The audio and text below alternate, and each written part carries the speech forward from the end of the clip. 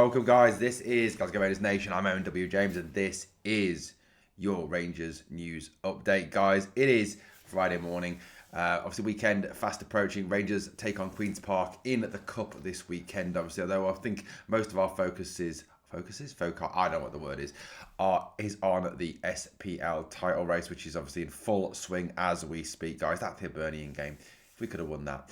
Anyway, look, let's talk a few stories that are doing the rounds this morning.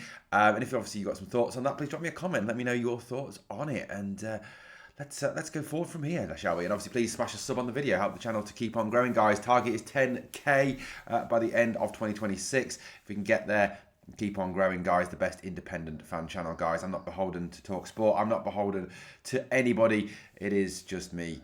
And it is obviously your channel too, your fan community here on GRN. Right, let's talk stories. Now, we know that after the game, obviously, we know at half-time in the game against Kilmarnock at Ibrox the other night, there was some boos. We know that Danny Rule was a little bit surprised at that and, called that out a little bit and sort of, I think, to some degree, criticised the fans over those comments. Said that basically that, he was surprised at that fan reaction, which I suppose is fair enough. He's obviously not used to it. He obviously hasn't had that before. He said, I have to be honest with you, I could not understand the reaction. I love our fans, really, but today I was really surprised. I think in the last couple of weeks, we spoke about we want to be together. We need the crowd. We got the lead early in the first half. It's not easy against 10 men. Anyone knows football will tell you this. We have a strong bench now, and I'm proud of my players. We have come from 13 points behind to now be only 3 points behind. Maybe this deserves a little bit more positive energy. It's not always going to be easy when the opponent has 10 men and leaves so many players in a low block, and then obviously went on like that. Now, a number of people have come out and said that Danny got it wrong. To criticise the fans, to call out the fans, it is always a mistake. And look, I think, Patrick Stewart obviously was a prime candidate for throwing the fans under the bus at any possible opportunity. We know that, Patrick was a man who, would always throw our fans under the bus, whether it was over banners, whether it was over tifos, whatever it was under. He loved an opportunity throwing Rangers fans under the bus. He was the most unsupportive CEO I think the club has ever had, and he's obviously lost his job because of it. Now, I'm not saying for a minute Danny Role should lose his job, because Danny's doing an amazing job, but maybe he needed a little bit better advice on this one, in terms of what was the right thing to say in this position. Now, Stevie Smith, who is the first team coach at Rangers, a Rangers man, a guy who played for the club, a guy who obviously has managed at obviously coached at certain youth levels within the club, is obviously part of the coaching staff. He is a Rangers man, and it was interesting to see that he came out in a bit of, I think, damage limitation on this one and spoke about it. And I think got it spot on with what he said. This is what Stevie Smith said. He said, we know it's a very demanding support, but one thing I will say is we're going to need them between now and the end of the season. They're going to play a big part, so the message has been it has to be everyone together. I think, though, there has to be an understanding of probably the pain that they've had for the last 10 to 15 years. And I think that was in response to being asked about the booing and asked about Danny's comments.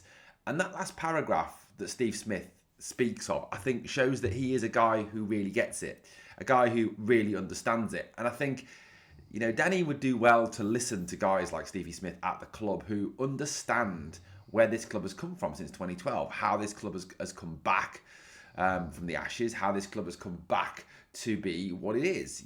The same football club, obviously, it was when it was founded in 1872. We know that. UEFA says that. The SFA says that.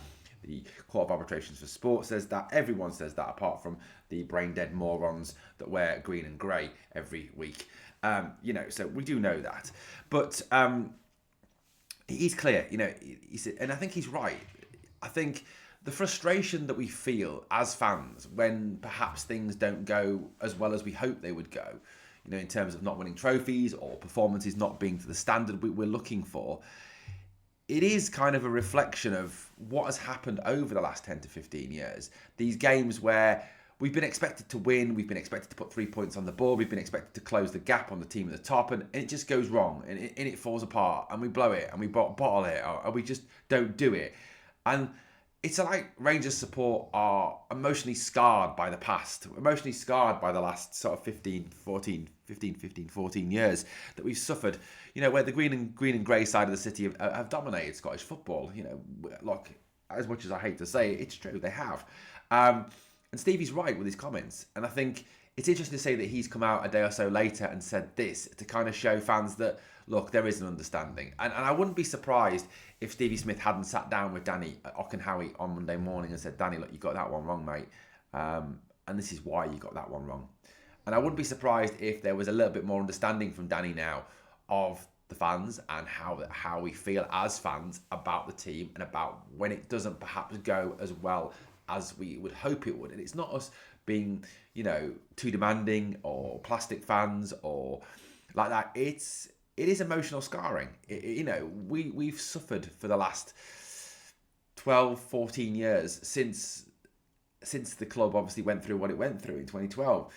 To get back to where we are now, to get back to being on the cusp, I believe, of getting back to and staying at the top of Scottish football. We have an ownership group who are clearly wanting to back the club. We have a manager who clearly knows what he's doing.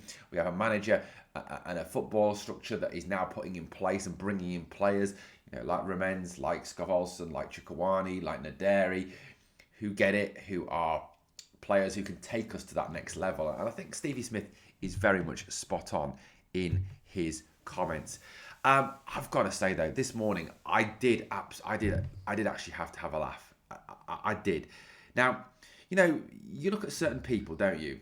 And you just think, realistically, you need to think before you speak. And sometimes you show your bias too much, or sometimes you just show that perhaps you've actually reached the point where you're a little bit old and a little bit senile, and you're suffering from a little bit of, where's the remote control gone scenario, even when it's on your hand, or you spend 20 minutes looking for your phone even though it's in your pocket, there's that kind of concentration. And I think a certain Mr. Rod Stewart has reached that point in his life where perhaps he is going a little bit senile, a little bit, doolally, a little bit, showing his lack of the grey matter. This honestly made me laugh. Rangers obviously got a penalty against Kilmarnock, and there was the controversy over the James Tavernier not sending off that didn't happen, that should have possibly happened, that may not happen. I don't know. Look, I don't want to get into that debate this morning. This is what Rod Stewart said on TalkSport. He said, "It's funny, last night, I've got to bring this up. So Rangers got a penalty. All my mates in Scotland call up and say, Rangers got a penalty. Same old bias. Why can't we do something about it?" Honestly, did you just actually say that? Have you not watched the vast majority of the last Old Firms where you've got so many dodgy decisions that have gone your way? Sendings off that should have happened, goals that were disallowed, penalties that should have been given but weren't because it was to the team in blue, not the team in green and white. Did you not hear Derek McInnes' comments earlier in the season? I was shocked at Aaron Trusty getting a red card because Celtic don't get red cards in domestic competition. Weird, isn't it, how other teams, and normal, I'm talking about Rangers fans here, I'm talking about teams like Livingston, like Dundee United, Aberdeen, Kilmarnock, Hearts, all say the same thing. We know we're not going to get decisions against Celtic because they get given everything. Yet you're going to sit there and say that there's a bias and a favouritism towards Rangers? Are you having a fucking laugh, mate? Go away and do some research. Look at the statistics. Celtic are given far more penalties than Rangers in the SPL. Far more Rangers players are sent off in the SPL than Celtic players. Far more yellow cards are given to Rangers players than Celtic players in the SPL. In fact, I think I saw a statistic somewhere where the average number of fouls before a Celtic player getting a yellow card is twice what it is on a Rangers player. Honestly, the guy is just absolutely ridiculous. I mean, honestly, he then went on to sort of even further put it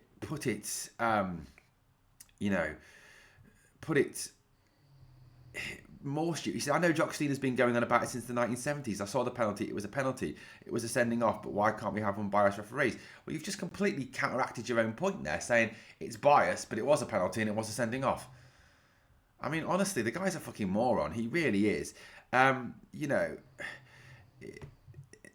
honestly, the guy is just, he lost it this morning. I mean, honestly, it was hilarious. It properly made me laugh. I mean, honestly, someone should tell him he's not allowed on radio or TV, or if he's going to speak, he should write it down and someone should look at it and say, no, you can't say that, mate. Anyway, let's move it along a little bit. So, news yesterday as well that Mason Munn has been recalled from his loan spell. Mason Munn, obviously the promising young Northern Irish goalkeeper, has returned to Rangers. He wasn't getting game time on loan, so he has been recalled. It was at Dunfermline, which is obviously a team managed by Neil Lennon. I wonder why he didn't play him. But he is back. And he will be obviously perhaps part of the squad. Now, there is talk that he may be sent out on loan again, but there was also conversations around Mason perhaps staying at the club now, between now and the end of the season, and being part of the goalkeeping rotation at Rangers. I mean, not saying he's going to start league games, but maybe he gets a game this weekend in the Cup against Queen's Park. I certainly wouldn't be against Mason Munn playing. My personal opinion is he's a better goalkeeper than Liam Kelly.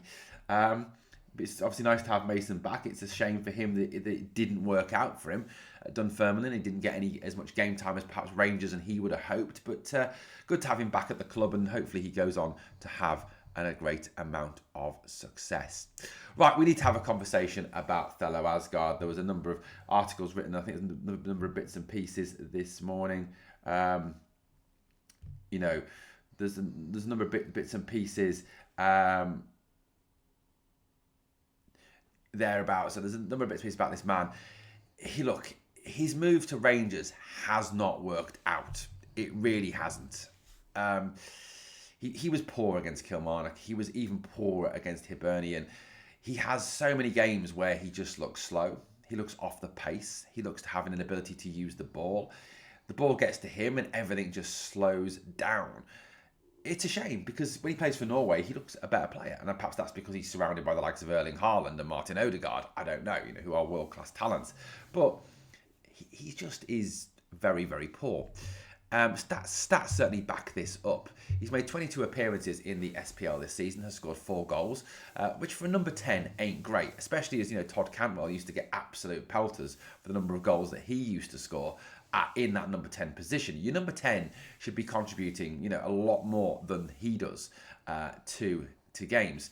He averages 0.8 key passes per game, so less than 1 key pass per game in the number 10 role is poor. It is really poor. 2 assists in 22, again, very, very poor for a number 10.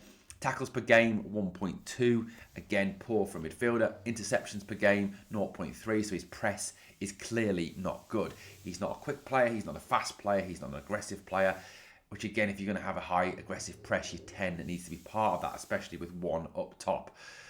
To me, Asgard, this move for Asgard and Asgard in the Rangers team has not worked in the slightest. So I think he has to be one of the first players out the door in the summer. And I do kind of look at the other night and see Mikey Moore's performance, and even to a certain extent look back on Finlay Curtis's performances and wonder how Theo Asgard continues to get a game.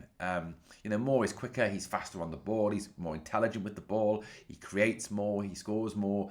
He just looked an all-round better player. I mean, even Bayrami, when he's come on and played in that 10 role, has looked a better player than Asgard. To me, Asgard, and statistically, and this is not, people say, well, you're hating on Asgard now. No, I'm presenting stats to you, facts to you. When you look at his stats are not good enough for a number 10 in this league. So, like I said, and I think part of it is he's just too slow on the ball. He's too slow to use the ball. He takes one too many touches a lot of the time. He slows the game down. And when you're looking to break down low blocks and move the ball aggressively and quickly, you can't have a 10 that slows the game down. You've got to have a 10 that keeps up the tempo, keeps up the pace. And Theo Asgard certainly does not do that. Guys, let me know your thoughts on Theo Asgard.